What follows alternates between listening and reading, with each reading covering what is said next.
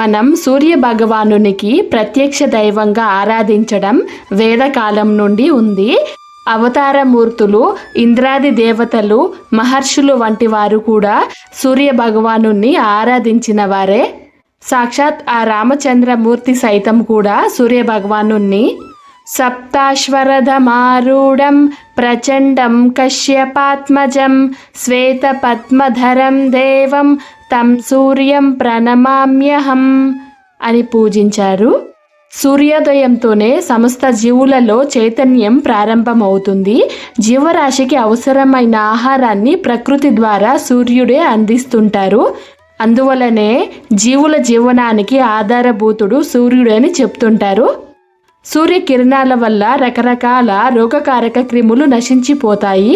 దాంతో అనారోగ్య సమస్యలు బారిన పడకుండా ఉంటాము. దీని కారణంగానే నివాస ద్వారం తూర్పు ముఖంగా ఉండేలా చూసుకుంటారు. ఎందుకంటే సూర్య భగవానుడు ఉదయించేది తూర్పు దిక్కునే కదా. సూర్య నమస్కారాలతో శారీరకమైన ఆరోగ్యం కలుగుతుంది. మనం ఇప్పుడు సూర్య భగవానుడు ఎలా ఆవిర్భవించాడో తెలుసుకుందాం. ఈ ప్రపంచంలో దేవుణ్ణి ఎవరూ చూడలేదని అంటారు కదా, కానీ కనిపించేది ఇద్దరు దేవుళ్ళు, వారే సూర్యచంద్రులు. మన జ్యోతిష్య శాస్త్రంలో సూర్యుడు, చంద్రుడు రెండింటిని గ్రహాలుగా పరిగణిస్తారు. అయితే చంద్రుడు భూమికి ఉపగ్రహంగా ఉంటుంది. ఈ జ్యోతిష్య శాస్త్రంలో 9 గ్రహాలలో సూర్యుడు రాజుగా, చంద్రుడిని రాణిగా, మానసిక కారకంగా పరిగణించడం జరిగింది. సూర్యుడు లేకుండా విశ్వం మనుగడను ఊహించుకోలేమని సైన్స్ కూడా చెబుతుంది. వేదాలలో సూర్యుణ్ణి ప్రపంచానికి ఆత్మ అని అంటారు. భూమిపై జీవి మనుగడకు కారణం సూర్యుడు మాత్రమే అని. అందుకే భారతదేశంలో వేదకాలం నుండి సూర్యుని ఆరాధన ప్రస్ఫుటంగా ఉంది. వేదాలలో సూర్య భగవానుడి పేరు అనేక చోట్ల స్తుతించడం జరిగింది. ఇప్పుడు సూర్య నవగ్రహ ధ్యాన శ్లోకం విందాం. జపాకుసుమ సంకాశం కాశ్యపేయ మహాద్యుతిం తమోరిం సర్వ పాపగ్నం ప్రణతోస్మి దివాకరం. సృష్టి ప్రారంభంలో బ్రహ్మ నోటి నుండి ఓం అనే పదం ఉద్భవించింది. అది సూర్యుని ప్రారంభ సూక్ష్మ రూపం. ఆ తర్వాత భువః, స్వహ అనే పదాలు పుట్టాయి. ఎప్పుడైతే ఈ 3 పదాలు ఓం అనే దేహ రూపంలో కలిసిపోయాయో అప్పుడు సూర్యుడు స్థూల రూపాన్ని పొందాడు. విశ్వం ప్రారంభంలో జన్మించినందున సూర్యుడికి ఆదిత్య అనే పేరు కూడా ఉంది. సూర్య భగవానుడి జన్మ కథ మరొకటి కూడా చాలా ప్రాచుర్యం పొందింది. దీని ప్రకారం మరీచి బ్రహ్మ కుమారుడు, మహర్షి కశ్యపుడు మరీచి కుమారుడు. కశ్యపుడు ప్రజాపతి దక్ష కుమార్తె దితి అదితిని వివాహం చేసుకున్నాడు. దితి నుండి రాక్షసులు జన్మించారు.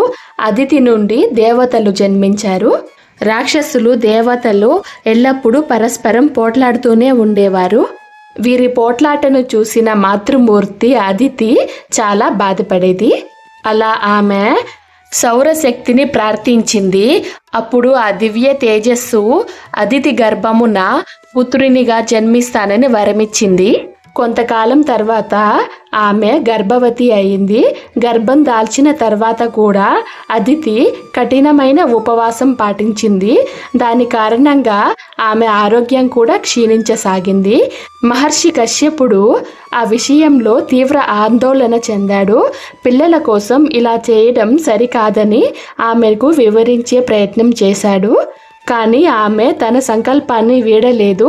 తనకు, తన పిల్లలకు ఏమీ కాదని, కడుపులో పెరుగుతున్నది సూర్యుడి స్వరూపమని అదితి కశ్యపుడికి వివరించింది. ఒకానొక శుభ సమయంలో అదితికి మగబిడ్డ జన్మించాడు. అతనే సూర్యుడు. దేవతలకు వీరుడు అయ్యాడు. రాక్షసులను అదుపు చేశాడు. అదితి గర్భం నుండి జన్మించినందున ఆదిత్య అని పిలువబడ్డాడు. ఇప్పుడు సూర్య భగవానుడు ఎవరిని ఆరాధిస్తాడో తెలుసుకుందాం. సూర్యుడు దేవదేవుడైన శివుడిని ఆరాధించేవాడు. మహాదేవుడు సూర్య భగవానుడికి ప్రియమైన ఆరాధకుడిగా ఉన్నాడు. శనీశ్వరునికి కూడా గురువు భోలేనాథే అని చెప్తారు. ఒక సూర్య భగవానుడే కాదు, శ్రీరాముడు, బ్రహ్మ, హనుమాన్, మాతా పార్వతి, కాళీ, నారాయణుడి చేత కూడా శివుడు పూజలందుకున్నాడు. శివుడు అంటే సూర్యునికి ఎనలేని భక్తి, నిత్యం శివనామ స్మరణతో ఉంటాడట. ఇంకా శైవులు, వైష్ణవులు వరుసగా సూర్యుణ్ణి శివుడు మరియు విష్ణువు యొక్క అంశగా భావిస్తారు. సూర్యుడిని సూర్యనారాయణ అని కూడా పిలుస్తారు. సూర్య భగవానుడు శివుని అష్టమూర్తి 8 రూపాలలో ఒకరిగా గుర్తించబడ్డాడు. సూర్యుడు శ్రేష్టత మరియు జ్ఞానానికి అధిపతి. సూర్యుడు అన్ని గ్రహాలకు నాయకుడు. సూర్యుడు శక్తికి మూలం మరియు భూమిపై ఉన్న అన్ని జీవులకు శక్తి అందిస్తాడు. ఆరోగ్యం, వృత్తి మరియు జీవితంలో విజయాన్ని నిర్ణయించేది. ఇంకా జాతకంలో కూడా సూర్యుడికి ప్రధాన పాత్ర మరియు ప్రభావం ఉంటుంది. మనకు సూర్యుడు ప్రతిరోజు చూడగలిగే, కంటికి కనిపించే దేవుని రూపం. సూర్య గాయత్రి మంత్రం పరిపూర్ణ ఆరోగ్యాన్ని మరియు శక్తిని అందిస్తుంది. ఈ మంత్రం కంటి చూపును పునరుద్ధరిస్తుంది మరియు చర్మ వ్యాధులను తొలగిస్తుందని చెప్తారు. ఈ మంత్రాన్ని గనుక మీరు ప్రతిరోజు పఠిస్తే కీర్తి మరియు విజయాన్ని అందిస్తుంది. ఆ మంత్రమే సూర్య గాయత్రి మంత్రం.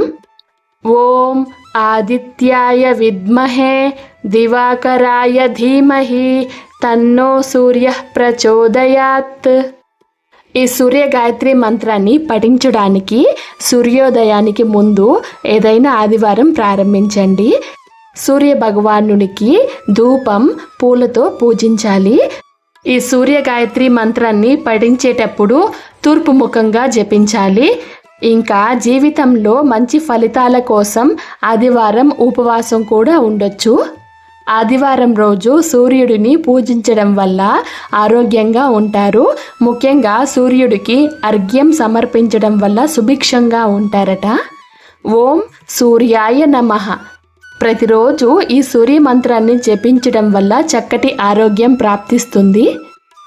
రోజు సూర్యునికి అర్ఘ్యం సమర్పిస్తే మీ ఆత్మవిశ్వాసం పెరుగుతుంది.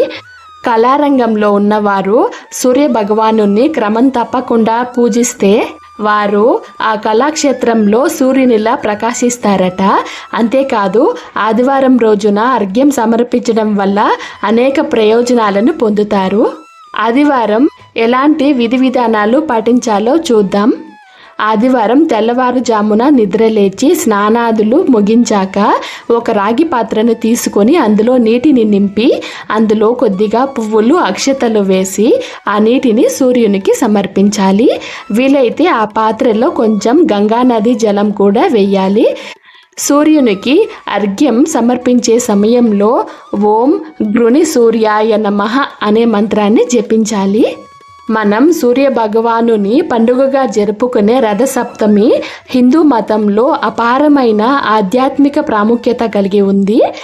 రథసప్తమి రోజున సూర్యుని పూజించడం వల్ల ప్రస్తుత మరియు గత జన్మలలో తెలిసి లేదా తెలియకుండా మాటల ద్వారా కానీ చేతల ద్వారా కానీ చేసిన 7 రకాల పాపాల నుండి మనం శుద్ధీకరణం పొందుతాము. జీవితం మరియు ఆరోగ్యానికి అంతిమ మూలంగా పరిగణించబడే సూర్య భగవానుని దీర్ఘాయువు, ఆరోగ్యం మరియు శ్రేయస్సు పొందడానికి పూజిస్తారు. ఈ రథ సప్తమి రోజును ఆరోగ్య సప్తమి అని కూడా పిలుస్తారు. అదనంగా రథ సప్తమి అనేది సూర్యదేవుని రథం కదలికను సూచిస్తుంది. ఈ రథాన్ని 7 తెల్ల గుర్రాలు నడిపిస్తాయి. ఇది వారంలోని 7 రోజులు మరియు మానవ శరీరంలోని 7 చక్రాలను సూచిస్తుంది. ఈ పండుగ జ్ఞానోదయం మరియు పునరుద్ధరణ వైపు ఒక ఆధ్యాత్మిక ప్రయాణాన్ని సూచిస్తుంది. రథ సప్తమి నాడు స్నానం చేసేటప్పుడు పఠించాల్సిన శ్లోకం: యద్యజ్ఞను కృతం పాపం మయా పుసు జన్మసు తస్య రోగంచ శోకంచ సమస్తం హంతు సుమి.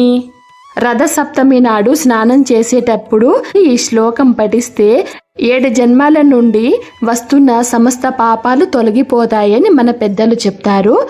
ఇంకా సూర్య భగవానుని 12 నామాలైన ఓం మిత్రాయ నమః, ఓం రవయే నమః, ఓం సూర్యాయ నమః, ఓం భానవే నమః, ఓం ఖగాయ నమః ఓం పుష్ణే నమః ఓం హిరణ్యగర్భాయ నమః ఓం మరీచియే నమః ఓం ఆదిత్యాయ నమః ఓం సవిత్రే నమః ఓం అర్కాయ నమః ఓం భాస్కరాయ నమః అనేవి సూర్య భగవానుని ద్వాదశ నామాలు.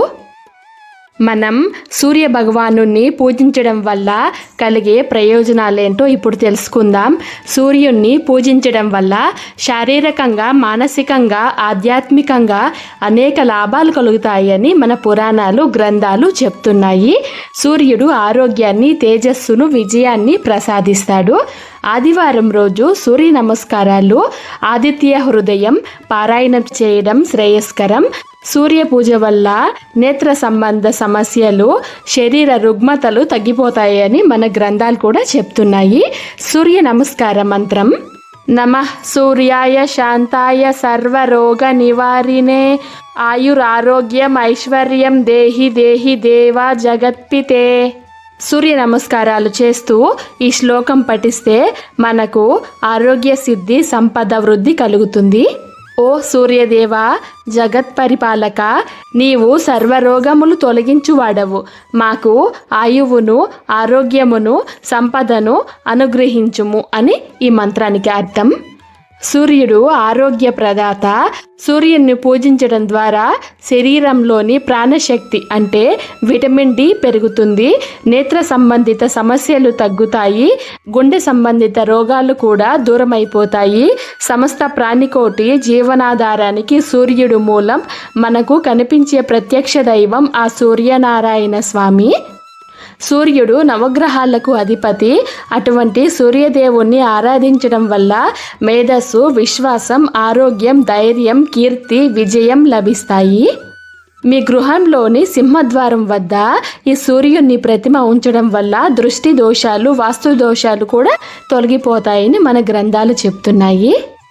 ఇంకా సూర్యుని సంబంధించిన మంత్రాలు పఠించడం వల్ల మానసిక ఒత్తిడి తగ్గుతుంది.